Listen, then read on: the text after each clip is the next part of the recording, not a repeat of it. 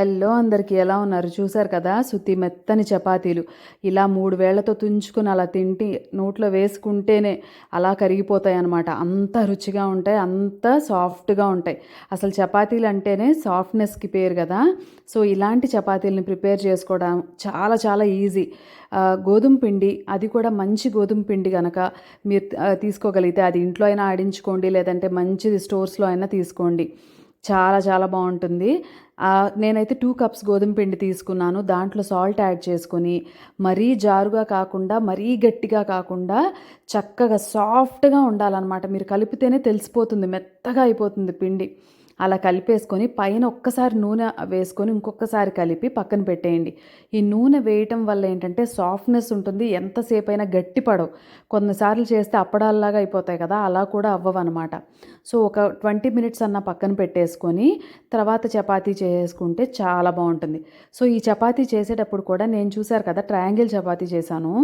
3 folds chapati కదా, దీని layers మధ్యలో చేసిన తర్వాత ఆయిల్ వేసుకుంటే కనుక శుభ్రంగా పొంగుతాయి, ఇంకా పొరలు పొరలుగా ఉంటాయి, ఇంకా సాఫ్ట్గా కూడా ఉంటాయి అన్నమాట.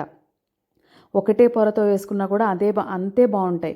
సో ఇది మా అత్తగారు చెప్పిన టెక్నిక్ ఏంటంటే, ఖచ్చితంగా అంచుల దగ్గర మందం లేకుండా చూసుకోవాలి.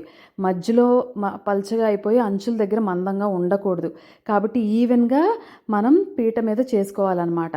రెండోది ఏంటంటే, ఎడ్జెస్ కూడా కుక్ అయ్యేంత వరకు అలా చపాతీని తిప్పుతూ కాల్చుకోవాలన్నమాట. లేదంటే మధ్యలో కుక్ అయిపోతుంది, ఎడ్జెస్ అలానే ఉండిపోతాయి.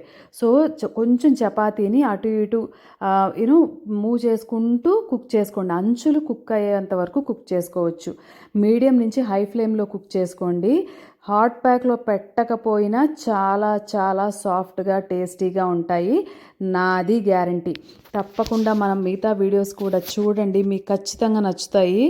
And please do like, share and subscribe, మర్చిపోవద్దు. తప్పకుండా సబ్స్క్రైబ్ చేయండి. సో చూసారు కదా, నేను ఇది ఆల్మోస్ట్ ఒక 2 hours తర్వాత చపాతీని చూపిస్తున్నాను అనమాట.